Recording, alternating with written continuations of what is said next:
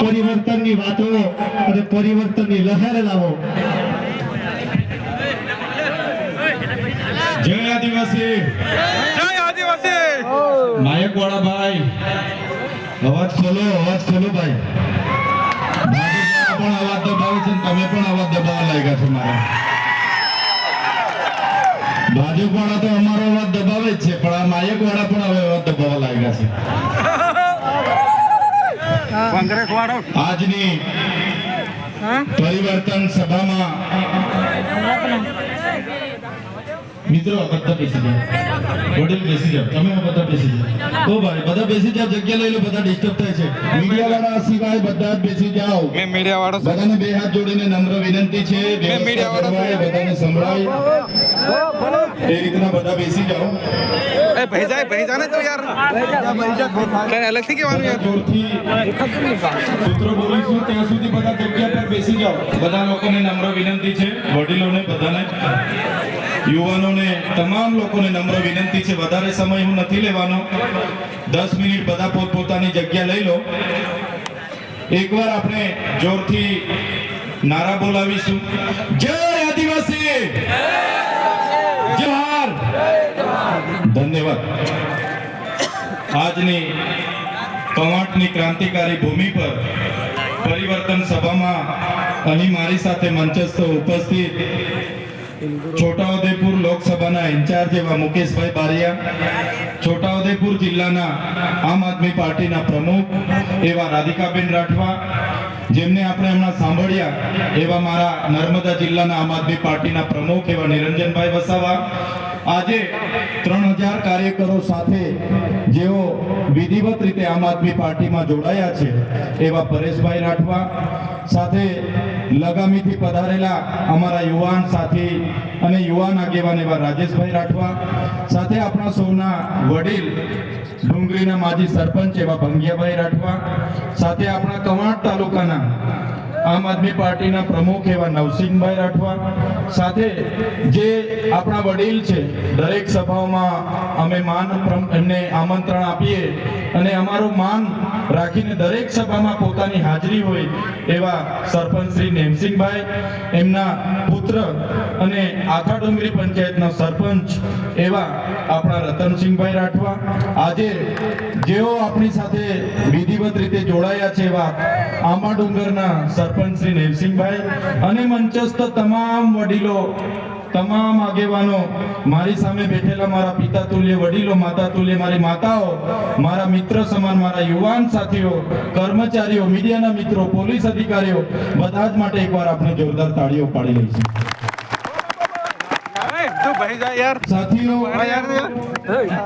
મંચ પર તમે જોઈ લો, જેટલા પણ અહીંયા આગેવાનો બેઠા છે, એ ચાહે ભંગિયા રાઠવા હોય, રાધિકા રાઠવા હોય, રાજેશભાઈ રાઠવા હોય, એ ચાહે પરેશભાઈ રાઠવા હોય, નિરંજન વસાવા હોય, નવસિંહભાઈ સરપંચ હોય કે અમારા નાગરભાઈ રાઠવા હોય, અમારા મુકેશભાઈ બારિયા હોય કે ચેતરભાઈ વસાવા હોય, હર હંમેશ અમે લોકો માટે અવાજ ઉઠાવતા તમે જોયા હશે।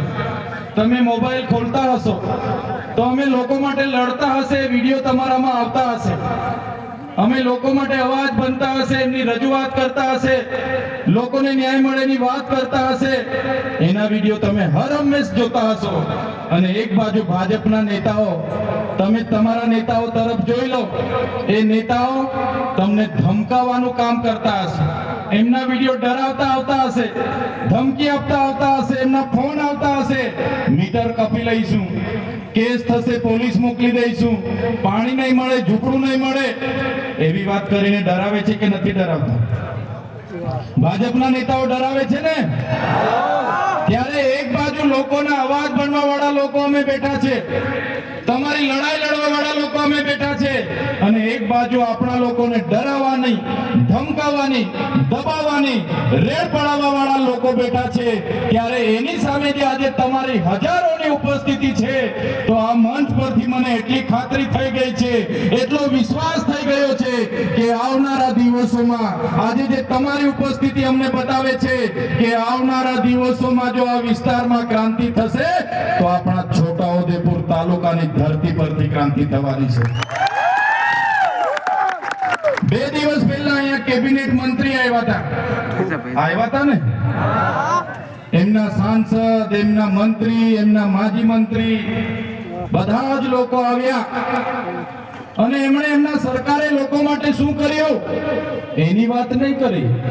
30 વર્ષના શાસનમાં શિક્ષણમાં શું કર્યું, આરોગ્ય માટે દવાખાનામાં ડોક્ટરો સાધનો શું કર્યા, કેટલા લોકોને સિંચાઈના બોર કરી આપ્યા, કેટલા ગામોમાં રસ્તા બાકી છે, કેટલા ગામોમાં આંગણવાડી કેમ બાકી છે, શાળાઓ કેમ બનતી નથી, યુવાનોને રોજગારી કેમ મળતી નથી, મનરેગામાં બચુભાઈ ખાબડના દીકરાએ કઈ રીતના કૌભાંડ કર્યું, નળમાંથી પાણી કેમ આવતું નથી, એની એક પણ નેતાએ વાત કરી નથી.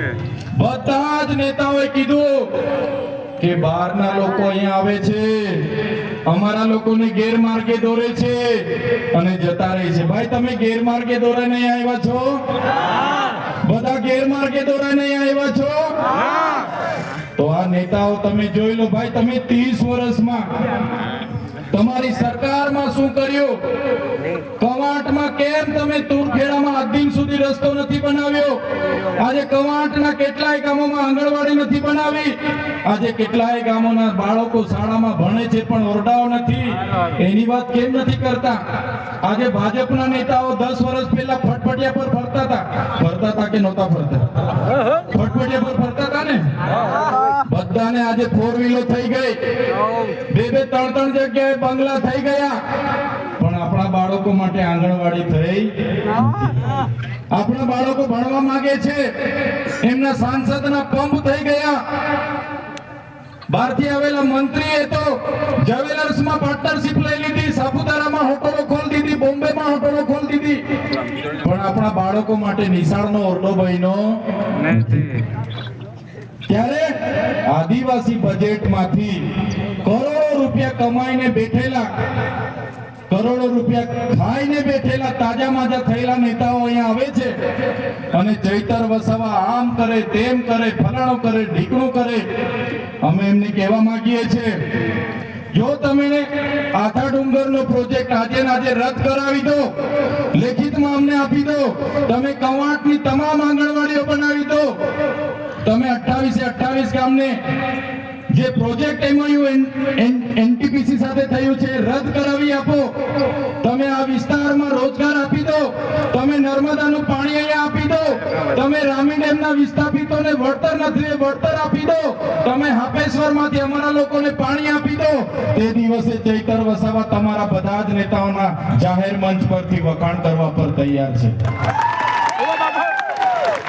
તમારે કઈ કરવું જ નથી અને અમે આવીને અમારા લોકોને ન્યાયની વાત કરી એટલે તમે ચૈતર વસાવા આમ છે, તેમ છે, ફલાણું છે, ઢીકણું છે કરો છો.